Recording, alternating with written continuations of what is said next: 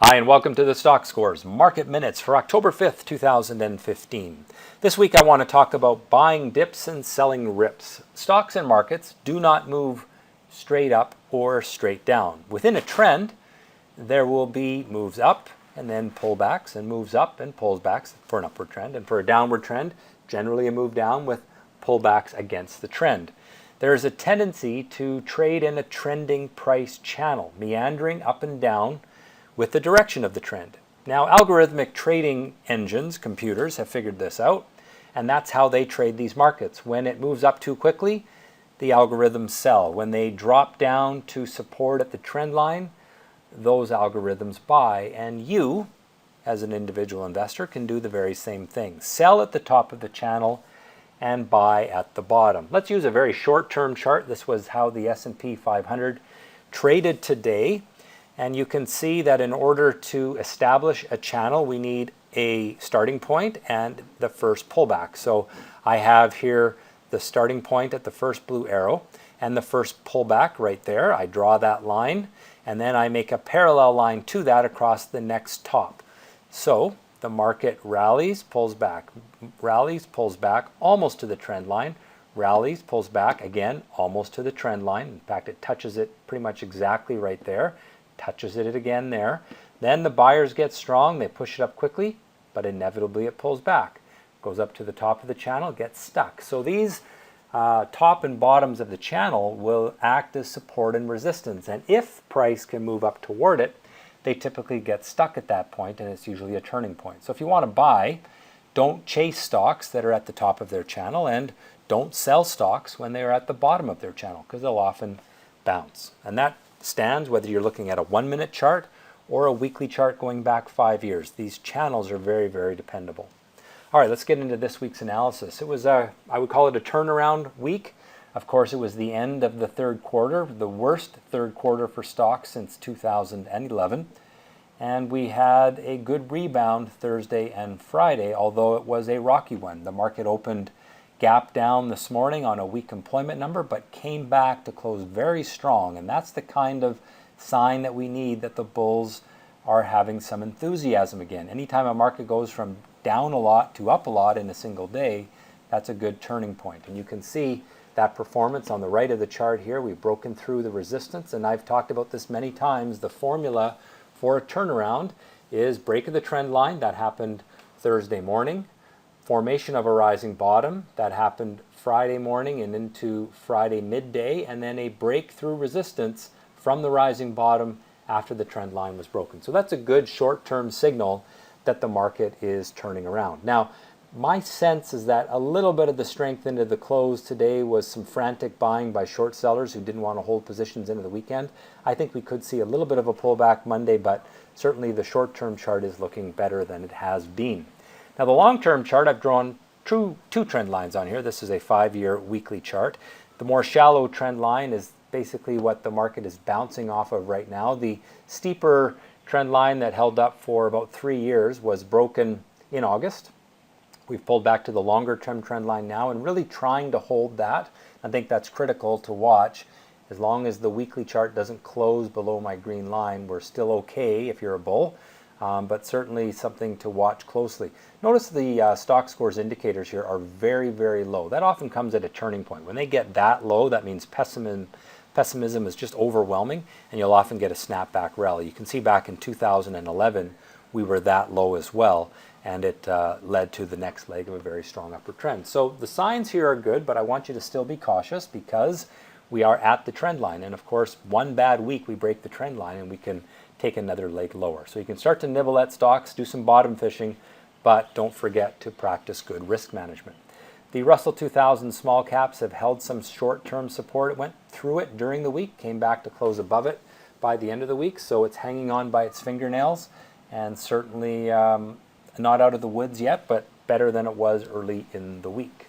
Toronto Stock Exchange, a similar situation in the short-term chart. It broke the downward trend line, actually did so on Wednesday, and rallied again from the week open on Friday to close up and at the high of the day. That's a good sign. Lots of work to do. I expect volatility to continue, but an encouraging sign by the bulls that they were able to hold their ground. On the long-term chart of the TSX, you really see a market that's pretty oversold. I've drawn a red line, which is the trend line here, and we've fallen quite far away from that, and that means that price is due to come back up to the trend line. So it wouldn't surprise me in the short term if we get a few weeks of upward price action, and that could be supported by some stability in the oil market, maybe a little bit of buying in the gold market in the short term. However, until we break that red line, you shouldn't get too enthusiastic about Canadian stocks. So they made a good performance this week to come back from weakness, but it's very short term in nature. And so I still want you to be cautious with Canadian stocks, but at least we've got a little bit of light at the end of the tunnel. Not so in the TSX Venture. It didn't really do what the TSX big cap stocks did this week. They still languished, but the small caps are trying to hold support that was established in mid-August, and we haven't broken to new lows yet. We just haven't been able to break that downward trend line, so still lots of work to do in that market. All right, the U.S. Treasuries, which is really a good indication of interest rates. So if this goes up, that means interest rates go down. It went up this week because of probably the weak jobs number more than anything. People say, well, that means the Fed doesn't have a good reason to raise interest rates, so interest rates go down. That means the bond market goes up. It's right at that downward trend line. I've actually got my colors backwards here. The green should be red, the red should be green, because we've got support here. I like to do that in red, or in green rather. But you can see that we're right at that trend line. So the bond market doesn't really know what it wants to do. It had a good close to the week, but I think reasonably people still expect the Fed to raise rates eventually. They say sometime in 2015. It could be December. But I think the jobs number maybe extends that a little bit, but certainly an interest rate raise is not out of the question. US dollar is in a pennant pattern. Pennant patterns are defined by rising bottoms converging toward falling tops. And what you look for is a break from the tip of the pennant. So if we see a break to the upside, that means the US dollar continues to go higher. If we see a break to the downside, that means the US dollar will go lower. Now, typically, the trend into the pennant is the direction of the trend out of the pennant. That implies that we should see an upside breakout to the US dollar, which is bearish for commodities, which is bearish for emerging markets, which is bearish for all the countries in the world that owe money in American dollars. So that's a pretty big concern area. It could have a real lasting effect on a lot of the commodity-based economies, emerging markets, that sort of thing. So we want to watch this chart very closely. Even though it's just a chart of the US dollar, it's actually a very important one to watch. So we'll keep an eye on this one because it is getting to that pointy tip of the pennant. Gold in a downward sloping channel, relatively shallow. It was certainly a lot steeper downward trend in the past. Now we're in this sort of shallow grind to the downside. We're about in the middle of the channel.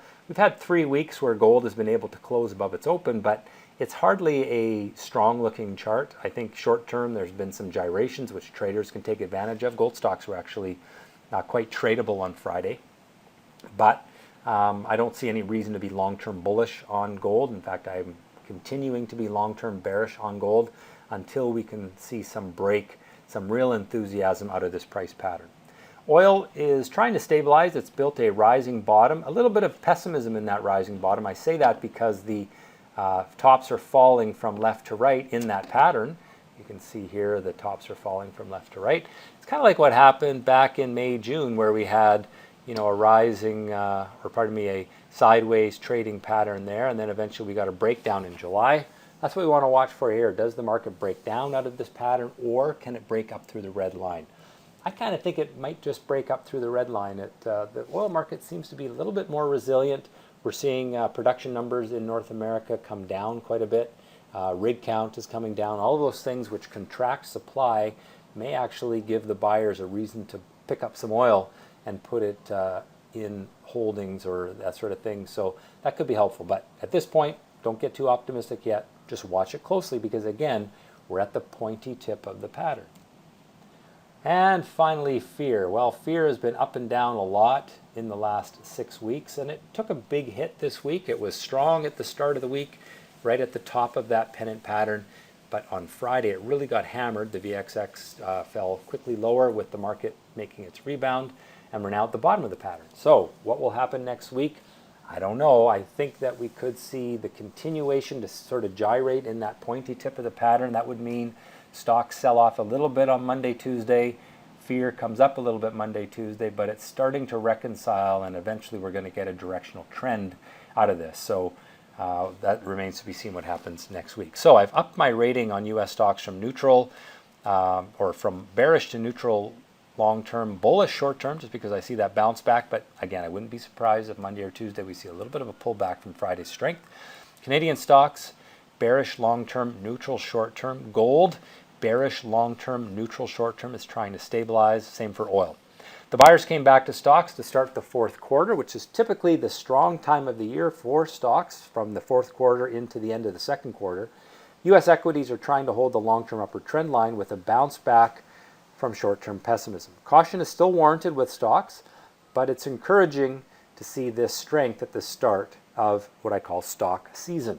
Oil and gold trying to stabilize, but still in downward trend. So trade with caution, a little more optimism after Friday's performance, but as I always like to say, be careful out there and trade well.